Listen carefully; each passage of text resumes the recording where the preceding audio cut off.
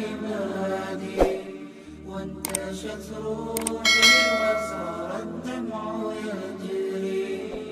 يا إلهي خذ بقلبي. بسم الله الرحمن الرحيم.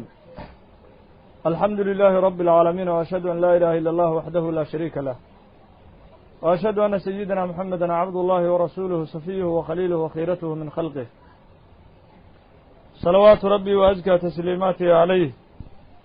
ترك لنا على المحجة البيضاء ليلها كنهارها لا يزيغ عنها إلا هالك، فسلك سعداء من أمته على نهجه القويم وضل عنها المبطلون، على نهجه القويم وضل عنه المبطلون. وبعد، walaalayaal, halkan waxaa inooga bilaabanaya kitaabka la magac baxay fiqhu siira, ama haddii loo gediyo afka soomaaliga macnihiisu yahay fahamkii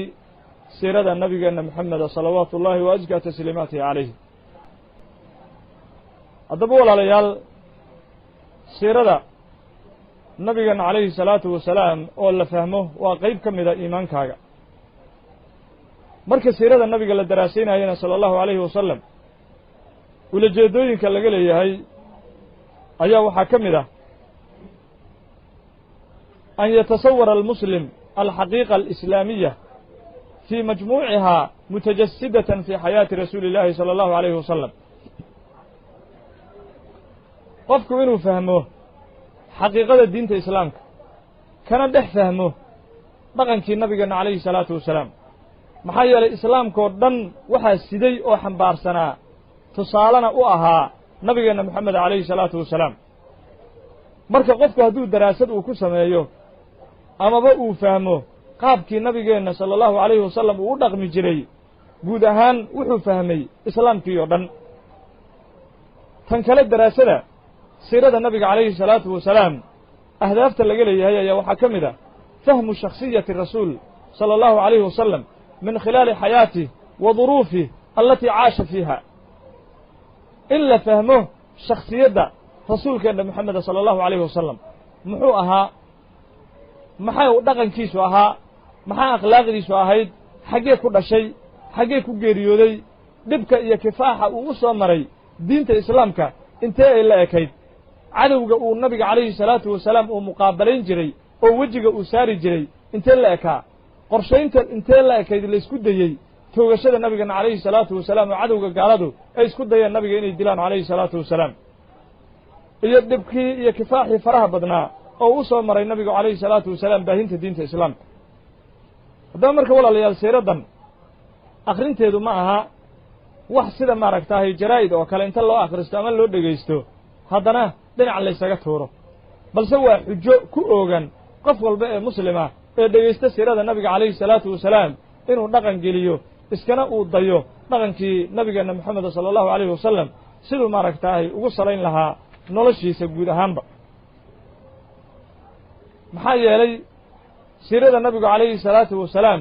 qofku hadduu dhegaysto si wanaagsanna ugu fahmo, waxaa u suurto gelaysaa sidii ilaahay subxaanahu wa tacaala uu qofkaasi uu ula xidhiiri lahaa, oo ilaahay uu uga cabsan lahaa subxaanahu wa tacaala, oo islaamka guud ahaanba uu u jeclaan lahaa ayaa u suurto gelaysa. haddaba marka walaalayaal, nabigeenna calayhi salaatu wasalaam inta uusan dhalan waxaa caalamkan aanu hadda ku noolnahay ka talin jiray laba dowladood oo waaweyn, waa inta uusan nabigu dhalanin calayhi salaatu wasalaam. labadaa dowladood ee waaweyn waxay kala ahaayeen dowladdii la odhan jiray faris iyo dowladdii la odhan jiray romaanka. haddaba labadan dowladood oo caalamka xoog ku haysatay faris iyo romaan, waxaa labadaas dowladood ayagana ka dambeeyey oo dowladaha ku xiga ahaa dowladihii la kale ay odhan jiray yunaanka iyo hindiga. yunaanka waxaa weeye waa dowladdan hadda loo yaqaano griiga, hindiguna waa sida maaragtaay hadda aanu ugu dhawaaqayno ayaa haddana loo yaqaan. marka labadan dowladood ee faris iyo romaan ayaa caalamka ka talin jiray, waxaana markaa ku xigi jiray oo iyaga maaragtaay hoos tegi jiray dowladda griiga iyo hindiga, oo iyaguna ahayd xoogagga labaad ee ka telinaya caalamkan hadda aanu ku noolnahay. haddaba labadaa dowladood ayaa waxay iska dhigaayeen iyagu inay yihiin dowladihii xilligaa jiray ee horumarka islaamka, horumarka insaanka ama bini aadamnimada waxa ay ku tilmaamaan inay hormariyeen iska dhigaayey tusaale ahaan hadda markaan ka soo qaadanno dawladda faris dhaqamadeeda foosha xun iyo siday islaamka aad uga fogaayeen waxaa ka mid ahayd waxyaalaha baarlamaankooda ay ku qoreen zawaaju rajul biummihi aw bintihi aw ukhtih macnaa ninka waxaa u bannaanay ay baarlamaankooda ku qoreen dastuurna u ahaan jiray inuu hooyadii guursan karo iyo gabadhiisa iyo walaashiisa sidaas ayaa caalamku ahaa inta nabigeenna uusan soo bixin sala allahu calayhi wasalam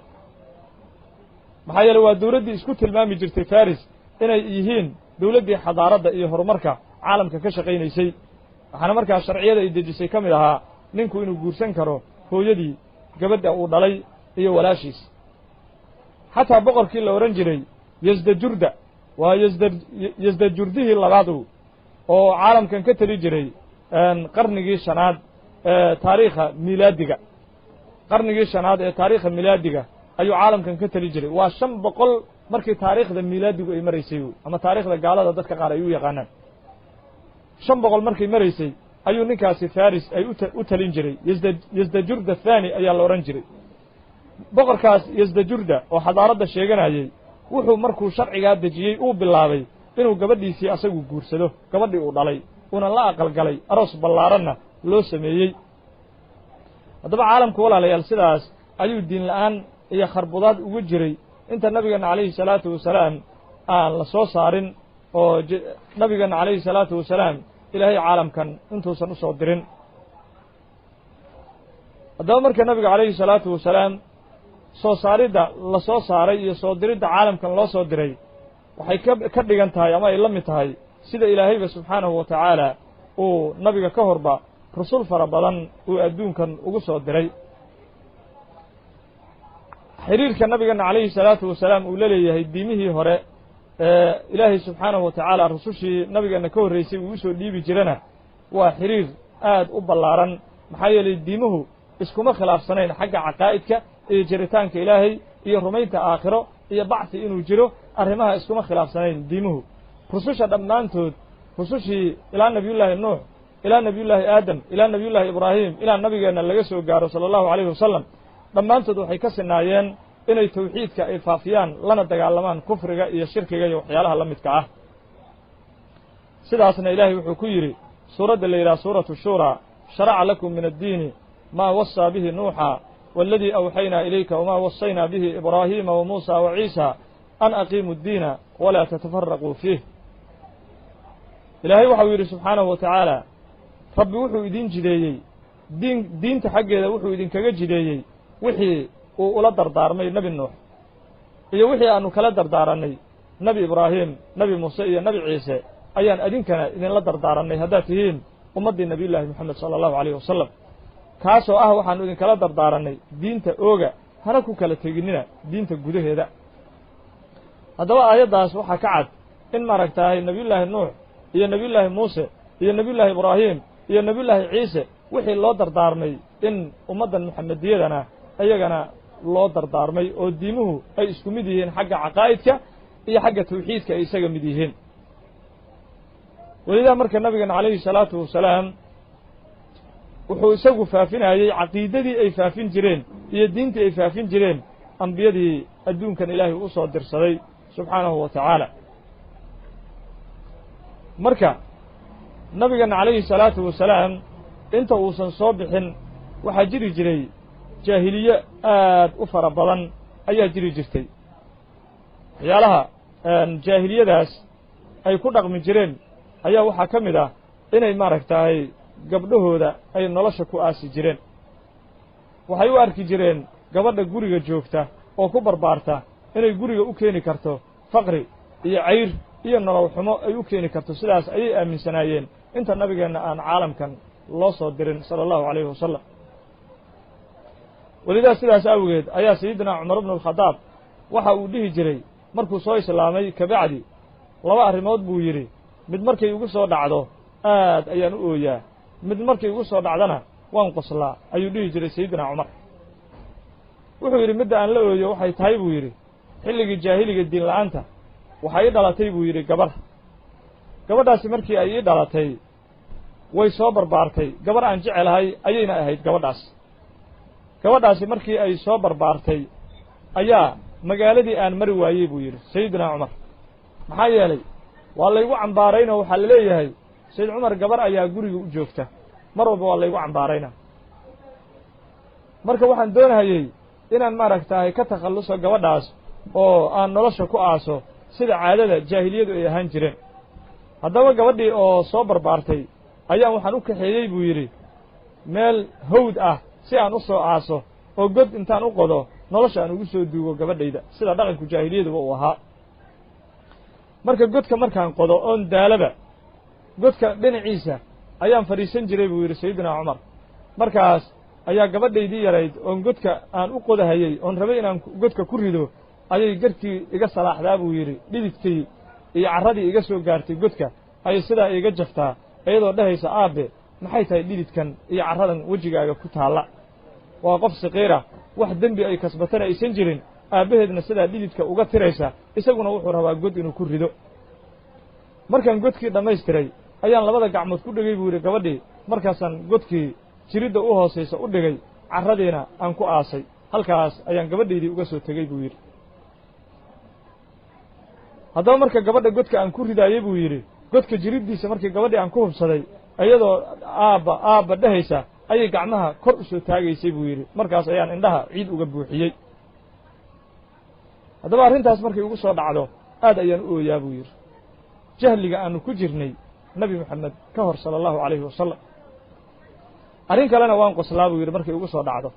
oo taasi waxay ahayd buu yidhi magaalada maka waxaanu ku caabudi jirnay buu yidhi asnaam waaweyn oo dhagax ka samaysan haddaba marka maalin maalmaha ka mid a ayaan doonaynay buu yidhi magaalada maka inaan ka safarno markii aan safaraynay ayaan waxaan isweydiinnay buu yidhi war inta aan safarka ku maqannahay ilaah aanu sii caabudno ma haysannay see yeelnaa waxaa go'aankii aanu ku goynay buu yidhi timir intaan dhoodhoobno timirtaas inaan sii caabudno inta safarka aan ku maqannahay go'aankii ayaannu qaadannay oo timir intaan dhoodhoobnay ayaan nidhi buu yidhi inta safarka aanu ku maqannahay timirtaasaan ilaah ka dhiganayna haddaba markii safarkii muddo la sii socday waa la gaajooday buu yidhi sayidina cumar markii la gaajooday ayaa waxaa la tashaday buu yidhi see yeelna dadka qaar waxay soo jeediyeen timirta in la cuno qaarna waxay yidhaaheen ilaahii dhammaa oo aannu khayrka ka rajaynaynay shartana naga difaacayey waa yaabay see loo cunahaya waxaa markii dambe la go'aamiyuu yidhi naftu inay ka macaan tahay ilaaha saas awgeedna la cuno markaasaannu sidaas ku cunnay buu yidhi wixii innagu aan u aaminsanayn inuu ilaahay yahay haddaba burburkaas iyo baaba'aas ayaa lagu jiray walaalayaal inta nabigeenna calayhi salaatu wasalaam ilaahay uusan caalamkan uusan u soo saarin dhinaca nikaaxa xataa adduunka waxaa ka jiray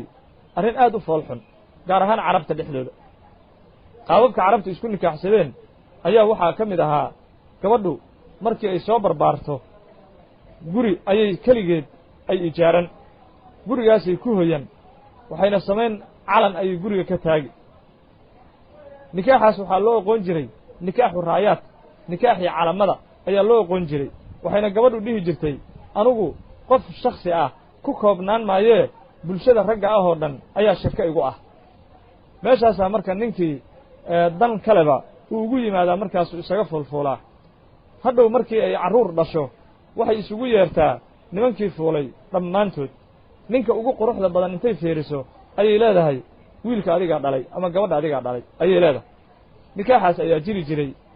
nabigeenna calayhi salaatu wasalaam inta caalamkan aan loo soo saarin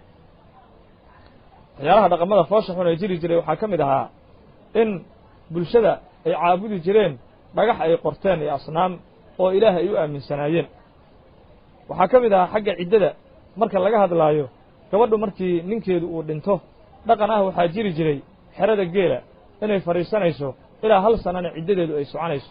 xeradaas geela urkiisa iyo kaadidiisa iyo digadiisa waa inay u dulqaadato iyadoo ninkeedu u ooyeysa ay ku khasbanaan jirto 1 sano markay xerada ka soo baxdo gabadhu wixii agteeda soo mara ama way matagayaan ama wayba dhimanayaanba markay xerada ka soo baxdo dhibaatadaas ayaa jiri jirtay walaalayaal inta nabigeenna calayhi salaatu wasalaam uusan ilaahay caalamkan iyo ifkan uusan u soo saarin haddaba marka taariikhda ama siirada nebiga calayhi salaatu wasalaam waxaannu ka bilaabaynaa nasabu shariif annasabu shariif wa wilaadatuh wa radaacatuh abtiriskii sharafta badnaa ee nabigeena calayhi salaatu wasalaam nabiga abtiriskiisa walaalayaal muslimiinta guud ahaan inay bartaan waajib muqadas ah ayay ku tahay carruurtana la baro laguna barbaariyo dhammaantoodba nabigeena calayhi salaatu wasalaam waxa uu kaaga qaalisan yahay waajibna ay tahay inaad ka hormariso aabbaha iyo hooyada iyo xataa naftaada uu kaaga qaalisan yahay nabigu calayhi salaatu wasalaam waa ka ilaahay yidhi annabiyu awlaa bilmu'miniina min anfusihim nabigu mu'miniinta wuxuu uga habboon yahay naftooda ayuu yidhi alle subxaanahu wa tacaala naftaada xataa waxaa kaaga sii habboon nabiga moxameda sala allahu calayhi wasalam haddaba maadaama qur-aanku uu yidhi nabigu naftaada waa kaaga habboon yahay naftaada iyo aabbaha iyo hooyadaaba abtiriskooda waa taqaanaa waxaa marka kaaga habboon abtiriskii nebi moxamed calayhi salaatu wasalaam inaad barato gaar ahaan waxaa wax la yaab le ku ah dhallinyarada qaarkood waxay yaqaanaan gaalada banooniga ku cayaarta adduunka geesihiisa magacyadooda iyo magacyada aabbahood kulli way garanayaan way u abtirin karaan haddii la yidhaaho nabigaaga moxameda sala allahu calayhi wasalam oo diinta ku soo gaarsiiyey oo khayr oo dhan sababka ugu ahaa aabbihii maxaa la odhan jirana kama jawaabi karo afkuu taagtaagahayo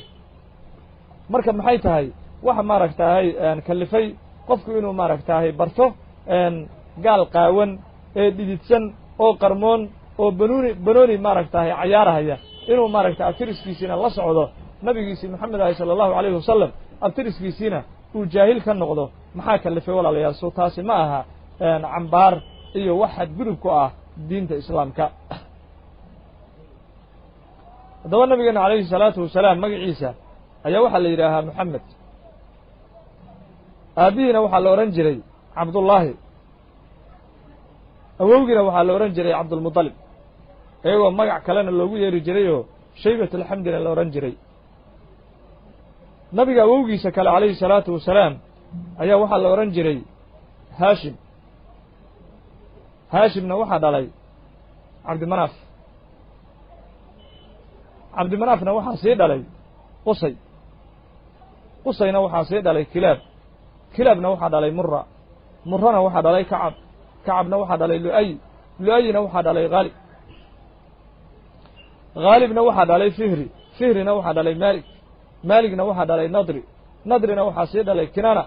kinaanana waxaa dhalay khusayma khusaymana waxaa sii dhalay mudrika mudrikana waxaa sii dhalay ilyaas ilyaasna waxaa sii dhalay mudar mudarna waxaa dhalay nisaar nisaarna waxaa dhalay macad macadna waxaa sii dhalay cadnaan halkaas ayuu marka walaalayaal nasabka nabiga calayhi salaatu wasalaam inta laysku waafaqsan yahay oo laga yaqaano waxau ku dhammaadaa cadnaan marka qadarkan oo cadnaanah oo lagu joojiyo waa qadarka nabigeenna uu ku sinay calayhi salaatu wasalaam cadnaan wixii ka sii sarreeya ilaa nebiyullaahi aadam nasabkaas waa nasab jira laakiin xaqaa'iqiisa lama yaqaano saas awgeed ayaa qofka waxaa loo baahan yahay in cadnaan uu maaragtaahay ku sino abtiriska nabiga calayhi salaatu wasalaam maadaama wixii cadnaan ka bilaabay ilaa nebi aadam sanad saxiixa uusan ku soo aroorin haddaba imaamu muslim ayaa kitaabkiisa saxiixa ah wuxuu rasuulka ka wariyey sala allahu calayhi wasalam inuu rasuulku yidhi ina allaha asdafaa kinaana min waladi ismaaciil wasdafaa qurayshan min kinaana wasdafaa haashiman min quraysh wasdafaanii min bani haashim wuxuu yidhi nabigeennu calayhi salaatu wasalaam ilaahay wuxuu doortay qabiilka la yidhaha kinaana wuxuuna ka doortay carruurtii nebi ismaaciil uu dhalay kinaana ayuu ilaahay ka doortay qurayshna wuxuu ka sii doortay kinaana haashimna wuxuu ka sii dhex doortay reer quraysh ayuu haashimna ka sii dhex doortay anigana ayuu iga sii dhex doortay reer bani haashim reer bani haashimna aniga ayuu iga doortay buu yidhi nabigeennu sala allahu calayhi wasalam wasdafaanii min bani haashim anigana wuxuu iga soo doortay reer bani haashim marka sidaas ayaa nabigeenu wuxuu u yahay sala allahu alayhi wasalam door kasii door ayuu nabigeenu u yahay calayhi salaatu wasalaam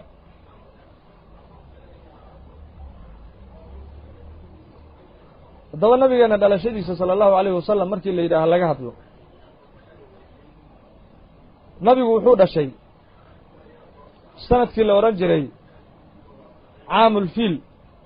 ayuu dhashay macnaha caamulfiil waxaa sanadkaa loogu magac daray waa sanadkii maroodigu uu soo weeraray kacbada ilaahay oo markaas abraha uu isku dayaayey inuu magaalada maka weerar ku soo qaado kacbadana uu burburiyo waagii abraha uu isku dayey ilaahayna subxaanahu wa tacaala uu ku riday abraha mucjizo caalamka dhan ay la fajiceen maxaa yeelay abraha oo xabashada xilligaas u telinayey ayaa waxa uu soo qaatay ciidamo lixaad leh iyo maroodiyaal fara badan isagoo doonayey inuu kacbada islaamku uu u xajiyo uu baabi'iyo oo uu dudumiyo oo uu tirtiro doonayey daba qisadu way dheer tahaye gebagabadeedii waxaa ka mid ahaa markii kacbada ay u soo dhow yihiin isagay maroodayaashiisii ayaa ilaahay subxaanahu wa tacaala cirka wuxuu uga soo diray shimbiro wata dhagxaan shimbirahaas dhagxaanta wata ayaa halkii ku baabi'iyey abraha iyo ciidamadii abraha uu watay iyo isagiiba shimbiro weerar ah oo dhagxaan kulkulul wata afka iyo lugaha ku wata ayaa halkii ku baabi'iyey abraha iyo ciidankiisiiba sida ilaahayba subxaanahu wa tacaala qur'aankiisa uu ku yidhi alam tara kayfa facala rabbuka biasxaabi alfiil alam yajcal kaydahum fii tadliil wa arsala calayhim tayran abaabiil tarmihim bixijaaratin min sijiil fajacalahum kacasfin ma'kuul ilaahay wuxuu yidhi sow ma adan arkin asxaabtii maroodiyaalka waxa ilaahay uu ku sameeyey sow ma adan arkin hagardaamadoodii sow kama dhigin iyo shirqoolkoodii wax lumay oo baadi ah ilaahay sow kuma soo dirin shimbiro raxan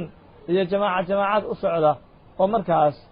ka dhigay bal la daaqay oo kale iyagii dhammaa ka soo qaaday daba nabigeena calayhi salaatu wasalaam dhalashadiisa ayaa sida raajixa waxay ahayd maalin isniin ah bisha rabiicul awalna ay tahay 12 maalin isniinah bisha rabiicul awal ay tahay 12 ayuu nabigeenu dhashay calayhi salaatu wasalaam haddaba marka muslimiintu caalamka daafihiisa meel walba ay joogaanba waxay aad u ixtiraamaan una xushmeeyaan bishii nabigeenu calayhi salaatu wasalaam uu caalamkan ku soo biiray waxayna dhammaan guud ahaan muslimiintu meel walba ay joogaanna ay dhigaan ixtifaal nabawi ah ayaga oo nabigooda sala allahu calayhi wasalam ku weynaynaya ixtifaalkaas xasuusanayana kifaaxii iyo juhdigii dheeraa oo u soo maray baahinta diinta islaamka haddaba marka dadka qaar ayaa waxay diidaan ixtifaalkaas nabiga loo samaynayo sala allahu calayhi wasalam iyagoo markaas aan cillo uga dhigaaya nabigu ma uusan ogeyn oo xilligii saxaabada iyo xilligii nabiga lama samayn jirin ayay odhanayaan iyagoo markaas u soo deliishada adillo aan markaas shaqo ku lahayn ixtifaalka diidmadiisa u soo deliishada marka ay leeyihiin ixtifaalka nabigu ma ogeyn maadaama uusan nabigu ogeynna lama samayn karo marka ay leeyihiin isla xaaladdaas waxay gacmaha kula jiraan waxyaalo fara badan oo cibaado ah oo nabi moxamed uusan ogeyn sala allahu calayhi wasalam oo iyaguba ay ku cibaadaystaan ama dadkaba ay ku boorriyaan haddaba marka muxuu dhibay nabigu calayhi salaatu wasalaam maadaama waxyaalo badan oo nabiga ka dambeeyey cibaado aad u aaminsan tahay oo nabiga maxaad ku diidday ixtifaalkan haba ka dambeeyo hadduu doonee sow ma noqonayo shay mustaxsan ah ee wanaagsan hadduu doono haba ka dambeeyo nabiga calayhi salaatu wasalaam waxaa ka mid a nimankaa diida ixtifaalka waxyaalaha ay cibaadada ka dhigtaan nebi moxamedna uusan ogeyn taqsiimu tawxiid ayaa ka mid ah tawxiidkii islaamka ee xilligii nabigeenna calayhi salaatu wasalaam iyo xilligii salafu saalixba ahaan jiray hal tawxiid ayay waxay ka dhigeen 3 tawxiid ayay ka dhigeen oo ay u qaybiyeen haddaba maaragtay ibtidaaca ka weyni badan maxay tahay tawxiidka qaybintiisa maxaa yeelay tawxiidku waa albaabkii laga soo gelayay diinta islaamka haddaba albaabkii diinta islaamka laga soo gelayay haddii la qaybiyey bidcada ka weyni badan oo qofkaasi uu samayn lahaa oo u harsane maxay tahay iyadoo markaas aayad tiri tawxiidku 3 u qaybsamaa ama maaragtay xadiis yiri tawxiidku 3 u qaybsamaa midna uusan jirin oo wax ku soo arooray nusuusta islaamka aysan jirin taasoo weliba taqsiimka tawxiidka qaybinta tawxiidka ay ku keeni karto dadka muslimiinta ah in la kala qaybiyo oo axzaab mutanaafira ah oo mutanaaxira ah loo kala qaybiyo islaamka gudihiisa colaadna lagu dhex abuuro marka waa arrin loola gol leeyahay qaybinta tawxiidka in muslimiinta ay ka soo dhex baxaan dad loo yaqaano gaalo oo tawxiidka qaybna fahamsan qaybna aan aqoon in muslimiinta laga dhex helo ayay ulajeedada ka dambaysa qaybinta tawxiidku ay tahay waxaa ka mid ah waxyaalaha ay sameeyaan oo ay ku cibaadaystaan nabigana ka dambeeyey calayhi salaatu wasalaam bisha ramadaan 10ka ugu dambeeya inay maaragtahay makarofanada ay ku baahiyaan xaafadaha iyagoo markaas samaynaya in maaragtahay dadkii ay salaad isugu yeerayaan oo ay leeyihiin tahajjud la isku jamaacaysanayo 10ka ugu dambeeya ee bisha ramadaan haddaba nabigeena calayhi salaatu wasalaam weli kama sugnaanin 10ka ugu dambeeya bisha ramadaan inuu maaragtahay saxaabada isugu yeeray ama uu yidhi masjidka aan isugu jamaacaysannayna keena weligii kama dhicin nebi moxamed calayhi salaatu wasalaam waa wax mukhtaraca oo muxdatha oo ay samaynayaan haddaba haddaad waxyaalaha ikhtiraacah ee ibtidaaca aad samaynaysid maxaad middan ku diidday ma waxaad leedahay ibtidaaca waxyaalaha nabiga ka dambeeyey xalaalun lii xaraamun calayka ma waxaad leedahay anigana inaan bidcooyinka iyo waxyaalaha bilbilaabo xalaalay ii tahay ummadda inta kalena waa ka xaaraan taasi cadaalad iyo insaaf iyo garsoor midna ma aha haddaba ma aha walaalayaal in maaragtahay ashyaada ibtidaaca ah ee nabiga ka dambaysay calayhi salaatu wasalaam qaarna qofku uu sameeyo qaarna uu inkiro ma aha marka ixtifaalka nabigeena calayhi salaatu wasalaam nabigeenna